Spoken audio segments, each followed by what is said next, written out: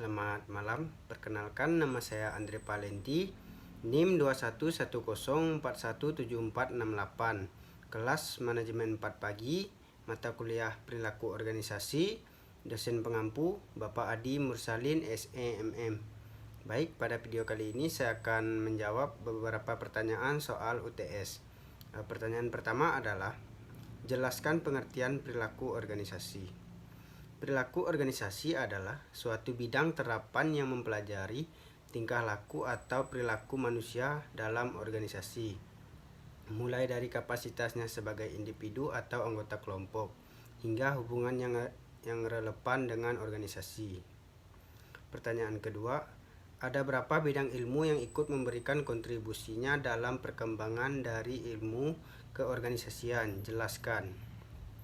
Yang pertama adalah psikologi. Adalah ilmu pengetahuan yang mempelajari perilaku manusia dalam hubungannya dengan lingkungannya. Psikologi dapat diartikan dengan ilmu yang mempelajari tentang jiwa. Yang kedua, sosiologi.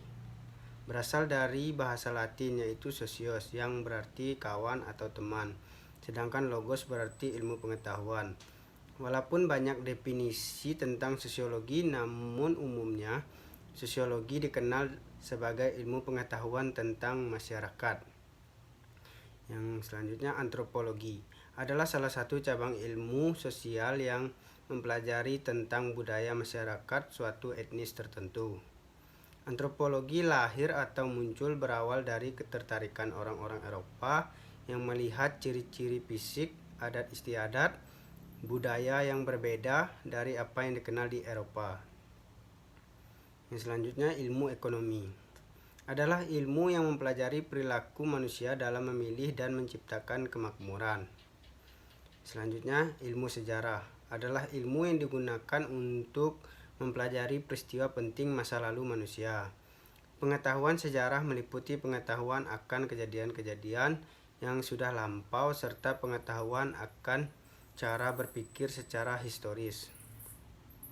Yang terakhir, ilmu politik adalah cabang ilmu sosial yang membahas teori dan praktik politik serta deskripsi dan analisa sistem politik dan perilaku politik. Ilmu ini berorientasi akademis, teori, dan riset. Pertanyaan ketiga, sebutkan dan jelaskan karakteristik perilaku keorganisasian. Yang pertama adalah adanya perilaku. Perilaku organisasi adalah perilaku seseorang atau individu dalam sebuah organisasi. Oleh sebab itu, kita harus mampu atau tahu tentang memahami perilaku berbagai individu dan organisasi. Yang kedua, adanya struktur. Struktur dalam organisasi sangat berkaitan dengan adanya hubungan yang bersifat tetap dalam sebuah organisasi. Jika dalam sebuah organisasi tidak mempunyai atau memiliki struktur, maka sebuah organisasi tidak dapat berjalan dengan baik.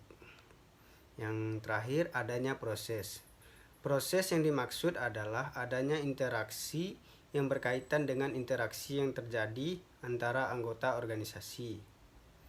Proses organisasi ini meliputi komunikasi, kepemimpinan, dan proses pengambilan keputusan dan kekuasaan dalam sebuah organisasi.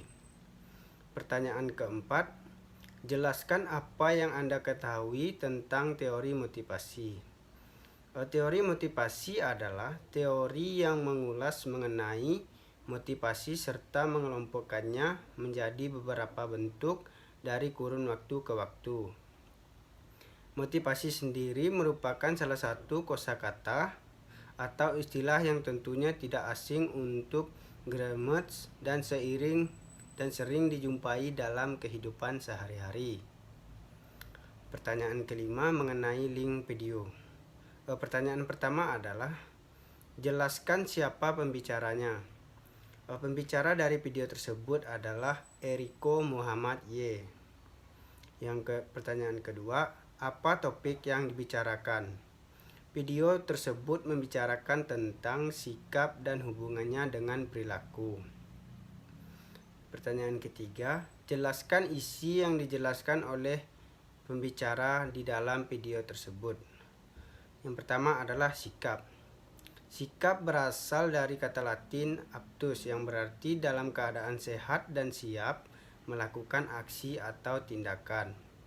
Gordon William Allport mendefinisikan sikap sebagai kesiapan mental, yaitu suatu proses yang berlangsung dalam diri seseorang. Bersama dengan pengalaman individual masing-masing mengarahkan dan menentukan respon terhadap berbagai objek dan situasi. Dengan demikian, sikap adalah suatu bentuk evaluasi atau reaksi perasaan. Evaluasinya positif atau negatif, yakni suatu kecenderungan untuk menyetujui atau menolak dikaitkan dengan situasi, objek, dan lingkungan. Serta dengan kesiapan individu terhadap stimulus atau sebagai respon, maka dari itu sikap sifatnya dinamis. Sikap memiliki 5 karakteristik, yaitu memiliki arah, intensitas, keluasan, konsistensi, dan spontanitas. Komponen sikap. Yang pertama, kognitif, berhubungan dengan penilaian individu terhadap objek atau subjek. Yang kedua, afektif, yaitu tentang perasaan individu terhadap objek atau subjek. Yang ketiga, perilaku, yaitu suatu tindakan dengan keyakinan dan keinginan individu. Fungsi sikap. Yang pertama, fungsi pengetahuan, untuk menginterpretasi stimulus baru dan menampilkan respon yang sesuai. Yang kedua, fungsi identitas, untuk mengekspresikan nilai dan keyakinan dan mengomunikasikan siapa kita. Yang ketiga, fungsi harga diri, untuk menjaga harga diri. Yang keempat, fungsi pertahanan diri agar tidak menilai diri sendiri dengan negatif. Yang kelima, fungsi motivasi kesan, supaya orang lain memiliki kesan positif terhadap kita. Pembentukan sikap. Yang pertama, pengondisian klasik, terjadi jika stimulus rangsangan diikuti oleh stimulus rangsangan yang lain. 2. Pengondisian instrumental, terjadi karena perilaku mendatangkan hasil menyenangkan atau sebaliknya. Yang ketiga, belajar melalui pengamatan, mengamati perilaku orang lain lalu mencontohnya. Yang keempat, perbandingan sosial, terjadi dengan membandingkan orang lain dengan diri kita. Hubungan sikap dengan perilaku. Perilaku merupakan respon atau reaksi seseorang terhadap stimulus dari luar menurut Skinner. Perilaku sebagai reaksi bersifat sederhana maupun kompleks dan merupakan ekspresi sikap seseorang menurut Saifuddin Aswar. Perilaku adalah fungsi karakteristik individu, motif, nilai-nilai, sifat kepribadian, dan lain-lain, dan lingkungan menurut Kurt Lewin. Dengan demikian, maka perilaku merupakan cerminan konkret yang tampak dalam sikap, perbuatan, dan kata-kata yang muncul karena proses pembelajaran, rangsangan, dan lingkungan. Teori hubungan sikap dengan perilaku. 1. Teori perilaku beralasan. Azan mengatakan bahwa sikap mempengaruhi perilaku lewat suatu proses pengambilan keputusan yang teliti dan beralasan, dan dampaknya terbatas hanya pada 3 hal. Pertama, perilaku tidak banyak ditentukan oleh sikap umum, tapi oleh sikap yang spesifik terhadap sesuatu. Kedua, perilaku dipengaruhi tidak hanya oleh sikap, tapi juga oleh norma objektif, yaitu keyakinan kita mengenai apa yang orang lain inginkan agar kita perbuat. Ketiga, sikap terhadap suatu perilaku bersama norma-norma subjektif membentuk suatu intens atau niat berperilaku tertentu. 2. Teori perilaku berencana. Teori ini adalah pengembangan dari teori sebelumnya. Dalam teori ini, perilaku tidak hanya dipengaruhi oleh sikap dan norma subjektif, tetapi juga dipengaruhi oleh kontrol perilaku yang dipersepsikan. Yang ketiga, teori attitude to behavior process model. Hubungan sikap dan perilaku adalah spontan. Apabila kita dihadapkan pada sebuah kejadian atau peristiwa yang berlangsung secara cepat, maka secara spontan sikap yang terdapat pada diri kita akan mengarah pada perilaku. Sikap adalah penilaian terhadap suatu objek yang terdapat pada kehidupan kita. Sikap terdiri dari 3 komponen, yaitu kognitif, afektif, dan konasi. Sikap diperoleh dari pembelajaran sosial, informasi, perilaku, dan sikap orang lain. Fungsi sikap antara lain fungsi pengetahuan, identitas, harga diri, pertahanan diri, dan motivasi kesan. Hubungan sikap dan perilaku merupakan hubungan tidak langsung.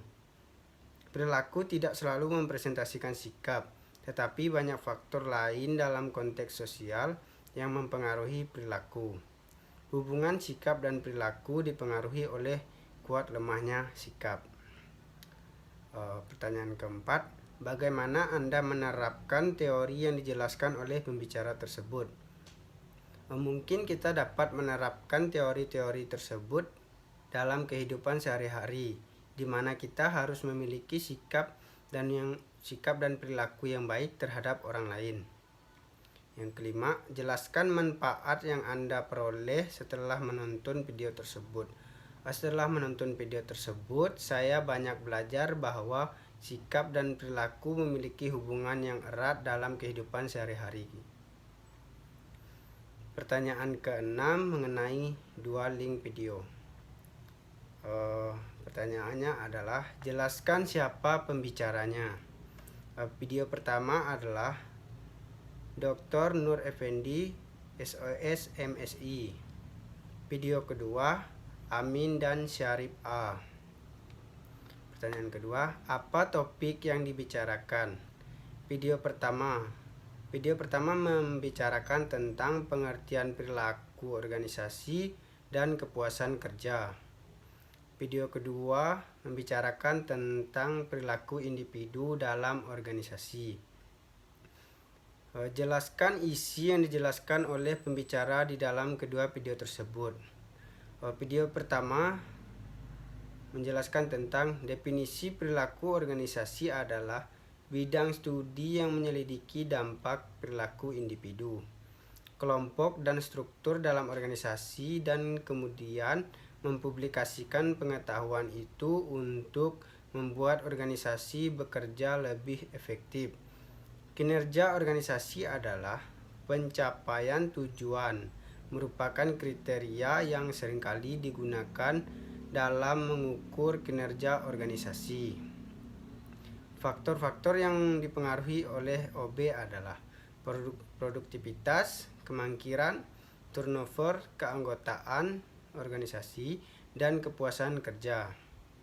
Definisi kepuasan kerja. Kepuasan kerja adalah kepuasan kerja tidak dapat dipisahkan dari kepuasan akan kebutuhan individu sebagai suatu proses motivasi. Artinya, adanya kebutuhan-kebutuhan individu yang belum terpuaskan akan menjadi motivasi bagi individu untuk bekerja lebih keras dan pada akhirnya akan dapat memenuhinya. Jika kebutuhannya telah terpenuhi, maka kepuasan kerja akan muncul. Faktor-faktor yang mempengaruhi kepuasan kerja, Robbins mengatakan bahwa kepuasan kerja seorang karyawan akan ditentukan oleh beberapa faktor, yaitu pekerjaan yang menantang, ganjaran yang pantas, kondisi kerja yang mendukung, rekan kerja yang mendukung, kesesuaian kepribadian dengan pekerjaan. Video kedua menjelaskan tentang perbedaan perilaku individu dapat disebabkan oleh sejumlah faktor penting, yaitu persepsi, sikap, kepribadian, dan belajar. Pertanyaan selanjutnya, bagaimana Anda menerapkan teori-teori yang dijelaskan oleh pembicara? Mungkin kita dapat menerapkannya dalam kehidupan sehari-hari maupun dalam dunia kerja. Karena perilaku organisasi itu sangat penting apabila kita berada dalam sebuah dunia kerja. Karena jika perilaku kita baik dalam dunia kerja maupun di dalam organisasi, maka kita akan merasa senang dalam bekerja. Sebutkan dan jelaskan manfaat yang Anda peroleh setelah menonton video tersebut. Manfaat yang saya dapatkan setelah menonton kedua video tersebut adalah bagaimana kita dapat menghargai perbedaan-perbedaan yang ada baik dalam organisasi maupun individu, dan mempelajari perbedaan tersebut melalui karakteristik perilaku individu maupun organisasi. Pertanyaan ketujuh, yang pertama adalah jelaskan pengertian organisasi. Organisasi adalah sebuah wadah untuk sekumpulan orang yang bekerja sama secara rasional serta sistematis yang terpimpin atau terkendali untuk mencapai tujuan tertentu, memanfaatkan sumber daya yang ada di dalamnya. Pertanyaan kedua, jelaskan pengertian kepribadian. Kepribadian adalah wujud konsistensi perasaan, pemikiran, dan perilaku yang dimiliki oleh seseorang. Pengertian sederhana kepribadian adalah bisa pula berwujud pola sifat atau watak dan karakter unik pada setiap individu. Yang ketiga, jelaskan pengertian sikap. Sikap adalah segala perbuatan dan tindakan yang berdasarkan pada pendirian dan keyakinan yang dimiliki. Sikap adalah pernyataan evaluatif terhadap segala sesuatu, bisa berupa objek, orang, atau peristiwa. Sikap mencerminkan perasaan seseorang terhadap sesuatu. Sikap mempunyai 3 komponen, yaitu kesadaran, perasaan, dan perilaku. Yang keempat, jelaskan pengertian motivasi. Motivasi merupakan dorongan yang dimiliki seorang individu yang dapat merangsang untuk dapat melakukan tindakan-tindakan atau sesuatu yang menjadi dasar atau alasan seseorang untuk berperilaku atau melakukan sesuatu. Pertanyaan terakhir, bagaimana kesan dan pesan Anda selama mengikuti kuliah perilaku keorganisasian selama ini? Tugas-tugas apa saja yang sudah Anda kerjakan? Sebutkan dan jelaskan tugas-tugasnya. Kesan saya tentunya sangat senang bisa belajar mata kuliah, yaitu khususnya mata kuliah perilaku organisasi. Karena saya dapat mempelajari banyak ilmu yang diajarkan di dalam mata kuliah perilaku organisasi, dan Bapak juga mengajar dengan baik dan selalu memberikan materi dan penjelasan yang sangat jelas dan mudah dipahami seperti pertemuan-pertemuan sebelumnya. Pesan saya adalah semoga ilmu yang Bapak berikan kepada kami dapat bermanfaat sebagai motivasi untuk kedepannya dan bisa jadi bekal kami untuk kedepannya, dan semoga Bapak sukses terus dan sehat selalu dan tetap menjadi dosen yang peduli untuk mahasiswa-mahasiswa lainnya. Lalu untuk tugas yang sudah saya kerjakan adalah beberapa tugas video, diantaranya adalah tugas video perilaku individu, tugas video sikap dalam dunia kerja, tugas video ringkasan bab 2 kedudukan manusia dalam organisasi, tugas video kepribadian, dan tugas video menjawab pertanyaan perbedaan individu. Itulah beberapa tugas video yang sudah saya kerjakan berdasarkan perintah yang telah Bapak berikan. Mungkin hanya itu jawaban dari saya, kurang dan lebihnya saya mohon maaf. Saya ucapkan terima kasih dan selamat malam.